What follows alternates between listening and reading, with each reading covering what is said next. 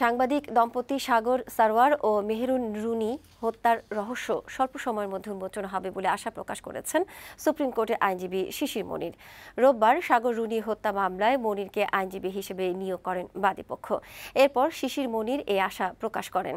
সাগর Rooney হত্যা মামলার তদন্তের দায়িত্ব পুলিশ ব্যুরো অব ইনভেস্টিগেশন পিবিআইকে দিতে চান তিনি। পরে সাগর রুনি হত্যা মামলার বাদী নওশের রোমান বলেন, এখন থেকে সাগর রুনি হত্যা মামলার রহস্য উন্মোচনে আইনি লড়াই করবেন আইনজীবী শিশির মনির। আলোচিত এ হত্যা মামলা তদন্ত প্রতিবেদন জমার তারিখ র্যাব 111 বার পিছিয়েছে। সবশেষ 9 সেপ্টেম্বর আদালত এই মামলার তদন্ত প্রতিবেদন জমা দিতে আগামী 15 অক্টোবর দিন ধার্য করেছেন।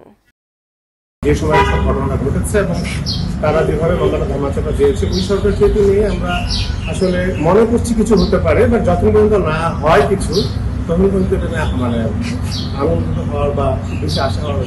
দুজন মানুষের ডিএনএ পাওয়া গেছে যা আমেরিকা থেকে টেস্ট করে নিয়ে আসা হয়েছে।